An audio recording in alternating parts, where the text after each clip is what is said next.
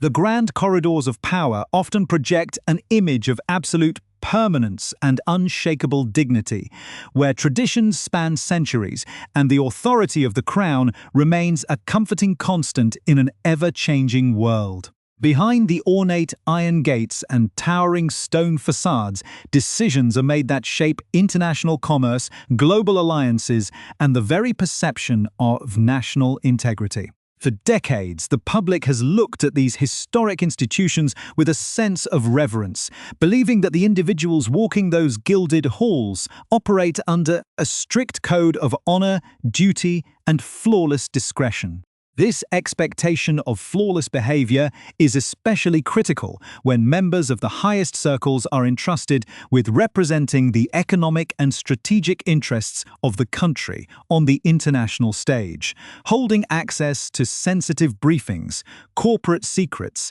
and classified state documents. Yet beneath the flawless surface of ceremonial duties and official receptions, a quiet and unsettling undercurrent has been gathering strength, threatening to expose a profound disconnect between public duty and private actions. For a very long time, whispers and rumors have circulated through the margins of society, speaking of hidden alliances, unusual financial networks, and a troubling pattern of behavior that seem to escape ordinary legal scrutiny. Viewers who follow these unfolding events closely understand that the line between official statecraft and personal indulgence can sometimes become dangerously blurred when individuals operate far beyond the reach of conventional transparency. To stay informed as this intricate narrative unfolds and to ensure you do not miss the deep analytical breakdowns of the world's most significant stories, please consider subscribing to this channel and enabling all notifications for future investigative updates. The narrative we are uncovering today does not begin with a sudden public revelation, but rather with a slow, deliberate accumulation of secrets hidden safely inside personal archives and private digital correspondence over the course of many years. It is a story about how access to the highest echelons of global authority can be converted into a form of currency, used to navigate exclusive networks where standard regulations and oversight simply cease to apply. For nearly a decade, an individual entrusted with the immense responsibility of acting as a global trade envoy traveled the world, opening doors for multi-million-dollar corporations and conducting high-level discussions across major international financial hubs. This position granted unhindered access to sensitive, commercial, and political information, creating an environment where the boundaries of state confidentiality were placed entirely in the hands of personal discretion. The public was led to believe that these international missions were designed solely to advance the economic prosperity of the nation, reinforcing traditional alliances and showcasing industrial strength abroad. However, the documentation that has recently come to light suggests that a completely different set of priorities may have been operating behind closed doors, away from the watchful eyes of oversight committees. These hidden communications remained buried for 6 years, protected by the sheer weight of institutional inertia and a collective desire to avoid a historic scandal that could shake the foundations of public trust. The sheer volume of this hidden archive is staggering, comprising tens of thousands of individual digital interactions that meticulously document a troubling pattern of unauthorized distribution of protected government materials. When such information is shared outside official channels, it compromises not just specific corporate negotiations or diplomatic strategies, but the fundamental integrity of the public office itself. The mechanism used to shield these revelations from public scrutiny relied heavily on traditional hierarchies, where alarming internal warnings could be quietly received, filed away, and effectively neutralized under the guise of administrative process. This deliberate silence created a protective buffer, allowing an illusion of normal operations to continue while a profound constitutional crisis was quietly brewing behind the scenes. As we begin to peel back the layers of this extraordinary situation, we find ourselves looking at a landscape where the rules governing ordinary citizens appeared to be entirely suspended for those born into ultimate privilege. The tension within the corridors of the historic household has been mounting steadily, driven by the realization that certain dark secrets cannot remain confined to private archives forever, especially when outside forces begin demanding absolute accountability. Every institution, no matter how ancient or deeply revered, eventually reaches a critical juncture where the pressure from unresolved historical conduct collides directly with the modern demand for transparency and equal justice. The unfolding crisis represents an unprecedented moment in contemporary history, marking a sharp departure from the traditional methods used to manage internal controversies within the highest circles of power. It forces an uncomfortable examination of how long an institutional shield can effectively withstand the weight of mounting documentary evidence, particularly when that evidence points toward a systematic abuse of public office. The atmosphere surrounding the estate has grown increasingly strained as external investigators and independent legal minds begin to piece together a timeline that dates back several years, connecting obscure international business contacts to high-level state operations. By exploring the atmosphere of secrecy that allowed these actions to remain hidden for so long, we are invited to look beyond the ceremonial pageantry and focus instead on the severe legal mechanisms that are now being set into motion. The initial stages of this legal reckoning have already sent shockwaves through the establishment, serving as an ominous prelude to a much larger and more complex confrontation regarding public trust and official misconduct. As the public begins to grasp the true scale of the hidden correspondence and the lengthy delay in addressing its contents, the focus inevitably shifts to the specific officers who were tasked with maintaining the integrity of the household. The realization that critical evidence was delivered directly to the most senior administrative figures years ago changes the nature of the conversation entirely, transforming it from a story about individual poor judgment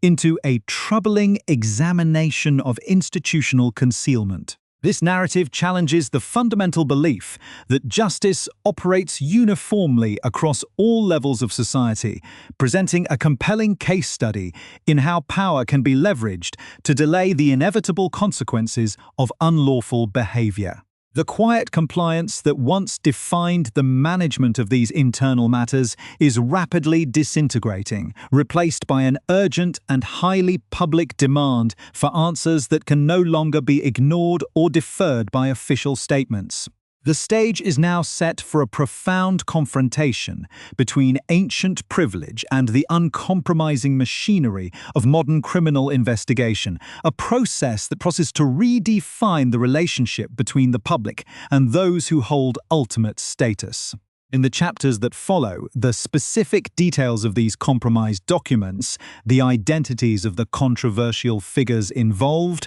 and the immense human cost of this prolonged institutional silence will be laid bare, revealing a reality that few could have anticipated. The quiet unease that had been building within the highest administrative offices of the royal household finally found a concrete and explosive anchor when a massive digital archive was delivered directly to the Lord Chamberlain, the most senior officer responsible for the internal discipline and integrity of the estate. This massive collection of evidence contained approximately 30,000 individual emails, a staggering volume of correspondence that meticulously detailed how protected government information had been systematically extracted and shared outside authorized channels. The source of these documents was not a hostile foreign intelligence agency or an anonymous whistleblowing organization,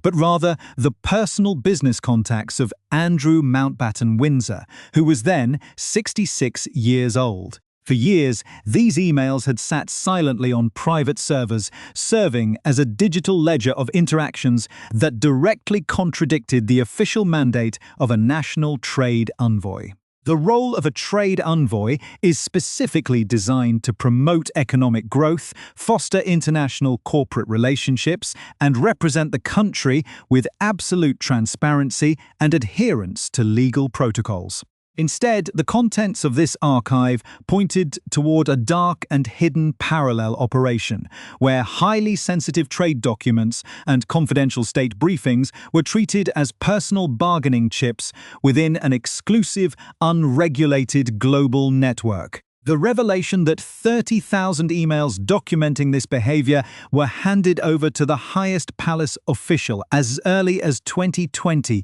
completely shifts the timeline of this scandal, proving that the central administration was fully aware of the potential criminal liability long before the public received even a hint of the true situation. This massive cache of evidence sat within the administrative machinery for years, shielded from public view, while the individual at the center of the controversy continued to enjoy the protections and prestige associated with his elevated status. The tension reached a critical breaking point in February when the independent machinery of the justice system finally intervened, leading to the stunning arrest of Andrew on suspicion of misconduct in public office. A severe criminal charge that directly targets the abuse of state authority for personal or unauthorized purposes. The core of the criminal investigation centers on allegations that Andrew routinely forwarded confidential trade documents directly to the late financier Jeffrey Epstein, a highly controversial figure whose vast international web of influence has compromised numerous high-profile individuals across the globe. By transferring protected state materials to an individual completely outside the government apparatus, the former trade envoy did not just violate administrative guidelines, he potentially compromised national economic security and engaged in an unprecedented breach of public trust. Although Andrew has forcefully denied all accusations levied against him, maintaining his innocence throughout the unfolding legal process. The sheer volume of the documented correspondence has created an unmanageable crisis for the institution that attempted to manage this problem internally for 6 long years. The public reaction was further intensified when Jess Michaels, one of Jeffrey Epstein's prominent victims, broke her silence and spoke directly to the media, launching a scathing critique against the institutional culture of Buckingham Palace. Michaels, a former professional dancer who was sexually assaulted by Epstein in 1991 when she was just 22 years old, openly accused the palace administration of actively protecting Andrew at the direct expense of justice and victim validation. In her emotional and direct testimony, Michaels stated that the palace knew 6 years ago that Andrew was not merely a public relations liability or a social embarrassment, but an individual who could and should face a serious criminal investigation. Rather than cooperating immediately with external law enforcement or launching a transparent, independent review, the highest levels of the royal household chose to sit on the evidence, effectively burying 30,000 incriminating emails to shield a member of the family from public accountability. This deliberate delay of justice has had devastating real-world consequences, fundamentally undermining the credibility of the legal system and compounding the deep trauma experienced by those who had already suffered under Epstein's global network. Michaels also used her public platform to passionately defend the memory of the late Virginia Giuffre, who had been the most vocal and prominent accuser of both Jeffrey Epstein and Andrew, courageously alleging for years that she was subjected to horrific sexual abuse while she was still a minor under the law. in a tragic turn of events that cast a long, somber shadow over the entire legal saga. Virginia Giuffre passed away by suicide in April 2025, never living to see the official arrest or any formal admission of wrongdoing by the institutions that spent years aggressively discrediting her claims. Michaels emphasized that the institutional choice to protect Andrew naturally required the palace and its legal teams to cast doubt on Virginia's testimony, creating a hostile environment where a victim's truth was sacrificed to preserve the reputation of a powerful man. The heartbreak of Virginia passing away before seeing even a shred of institutional accountability serves as a painful reminder of the human cost associated with administrative delays and the protective walls built around the elite. Michaels pointed out that this behavior is exactly what large, entrenched institutions do when faced with systemic rot, as they instinctively move to protect powerful, well-connected men while forcing the ordinary people they harmed to carry the immense burden of the trauma alone. The publication of these details by major news outlets like the BBC and The Telegraph immediately prompted intense media scrutiny, forcing journalists to demand immediate clarity from the representatives of the Crown regarding the 6-year gap between receiving the emails and the actual arrest. When reporters reached out to the administrative offices for comment on the 30,000 emails and the allegations of institutional concealment, the initial response was a stark reflection of the ongoing legal battle. The palace officially stated to the BBC that because there is an active, ongoing police inquiry concerning the conduct of Mr. Mountbatten-Windsor, it is entirely impossible to provide any specific comment or detail regarding these matters at this time. This standard legal shield, while textually compliant with ongoing investigation protocols, does little to satisfy a public that is increasingly demanding to know why an internal archive of this magnitude was kept hidden from law enforcement for more than half a decade. The contrast between past silence and the current reality became even sharper when observers recalled the official statement issued by King Charles shortly after his brother's arrest in February. King Charles, speaking at 77 years old, expressed the deepest concern regarding the news of the arrest and the severe suspicion of misconduct in public office that triggered the law enforcement action. The sovereign emphasized that what must now follow is a full, fair, and completely proper legal process, conducted in an appropriate manner by the appropriate independent judicial authorities without any external interference. Furthermore, the king publicly stated that the independent investigators have the full and wholehearted support and cooperation of the Crown, an official stance that attempts to distance the modern monarchy from the protective maneuvers executed by the household staff years prior. This public declaration of cooperation represents a major shift in institutional strategy, yet it leaves the public grappling with the troubling reality that 30,000 emails sat undisturbed in a palace office while the victims of this broader network fought for decades just to be heard. The tension between the king's current promise of full cooperation and the historical reality of a 6-year administrative delay highlights the deep structural fractures within an organization trying to balance ancient loyalty with modern accountability. The legal machinery now moving against Andrew is completely independent of the ceremonial protections that used to shield public figures, signaling that the documentation compiled from his personal business contacts has proven too substantial to be ignored any longer. As the criminal investigation digs deeper into the specific trade documents forwarded to Epstein, the narrative expands far beyond individual misconduct, transforming into a comprehensive examination of how institutional power operates when it believes no one is watching. The culmination of this long-standing crisis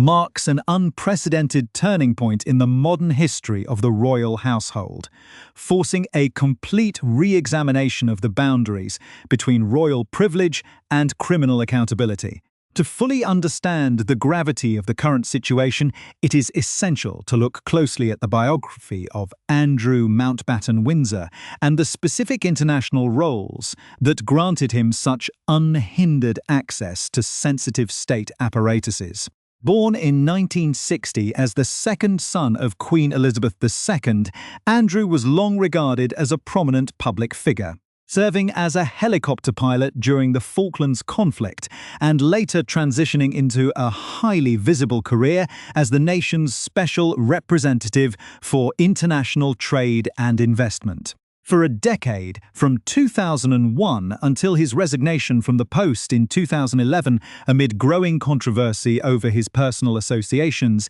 he traveled the globe as an official trade envoy, tasked with opening doors for domestic corporations and securing multi-million-dollar international commercial deals. This specific role gave him access to highly classified government files, proprietary corporate intelligence, and strategic economic plans, information that was supposed to be guarded with the absolute highest level of state confidentiality. The current criminal investigation into misconduct in public office reveals that his operational methods during and immediately following this tenure were deeply intertwined with private business interests that operated completely outside the view of Parliament or public oversight bodies. The revelation that 30,000 emails detailing the unauthorized sharing of this protected information were delivered directly to the Lord Chamberlain in 2020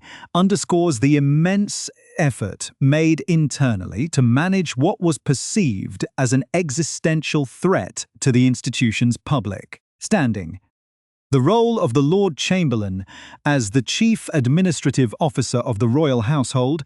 is to oversee the conduct of those within the estate and protect the integrity of the Crown. Yet the 6-year delay in handing these documents over to law enforcement has created a secondary scandal regarding institutional concealment. The background of the late Jeffrey Epstein, the wealthy American financier to whom Andrew allegedly forwarded these confidential trade documents, adds an even darker dimension to the unfolding legal battle. Epstein had spent decades building a vast, unregulated global network of influence, utilizing his immense wealth, private jets, and luxurious properties to court some of the most powerful political, business, and cultural figures in the world. By inserting himself into these elite circles, Epstein established a system where information, access, and influence were traded like currency, allowing him to operate with a sense of total impunity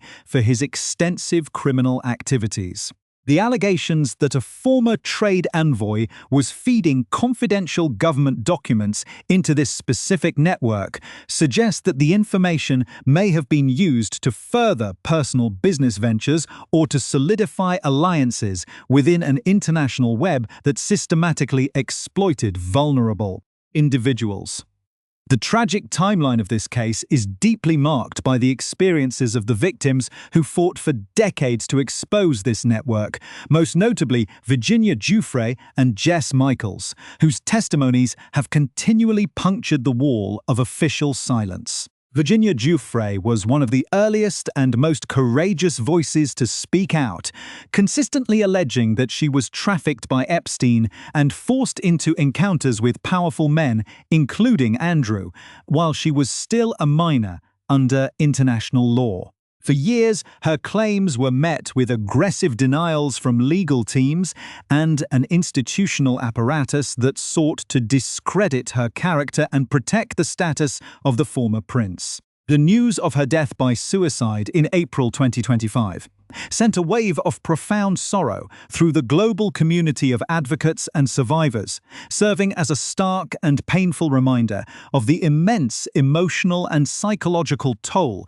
carried by those who challenge entrenched power structures. Her passing before witnessing the formal arrest of Andrew in February on suspicion of misconduct in public office has intensified the public demand for absolute transparency, as many view the current legal proceedings as a delayed and incomplete form of justice that she was tragically denied. Jess Michaels, a former dancer who survived Epstein's abuse in 1991 at the age of 22, has become a central figure in the current public discourse, using her platform to ensure that the human cost of this institutional delay is never forgotten. Her recent statements to The Telegraph directly exposed the palace's strategy of historical containment, pointing out that by choosing to sit on 30,000 incriminating emails for 6 years, the administration effectively chose to protect a powerful man while actively invalidating the lived experiences of his victims.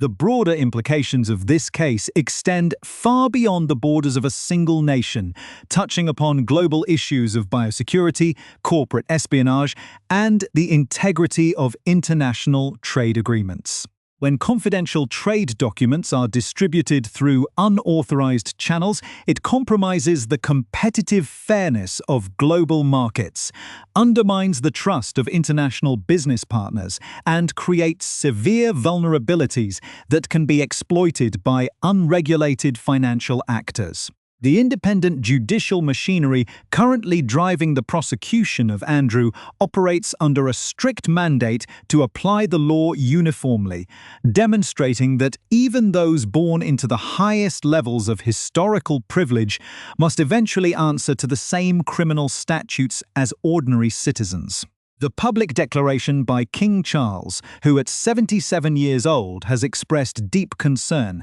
and pledged the Crown's full and wholehearted cooperation with law enforcement, represents a calculated effort to preserve the integrity of the modern monarchy by separating it from past administrative failures. This internal division highlights a profound constitutional shift, where the preservation of the legal system and public must take absolute precedence over the traditional impulse to shield family members from public scrutiny. As the legal teams prepare for what promises to be one of the most complex and closely watched trials in contemporary history, investigators are continuing to sift through the massive digital archive obtained from Andrew's personal business contacts. The prosecution's case will rely heavily on proving that the forwarding of these protected state documents constituted a deliberate and severe breach of the duties inherent to a public office, rather than a mere administrative oversight or an error in judgment. The outcome of this historic confrontation between ancient privilege and modern justice will undoubtedly redefine the public's relationship with its most revered institutions, establishing a permanent precedent for how allegations of high-level official misconduct are handled. The silence that once protected the powerful has been irrevocably shattered, replaced by an unyielding demand for total accountability that can no longer be deferred, ignored, or contained by official statements. The memory of those who suffered under this global network and the resilience of the survivors who refused to be silenced remain the driving force behind this historic pursuit of truth, ensuring that the full narrative of this profound abuse of power is finally brought into the light of open court.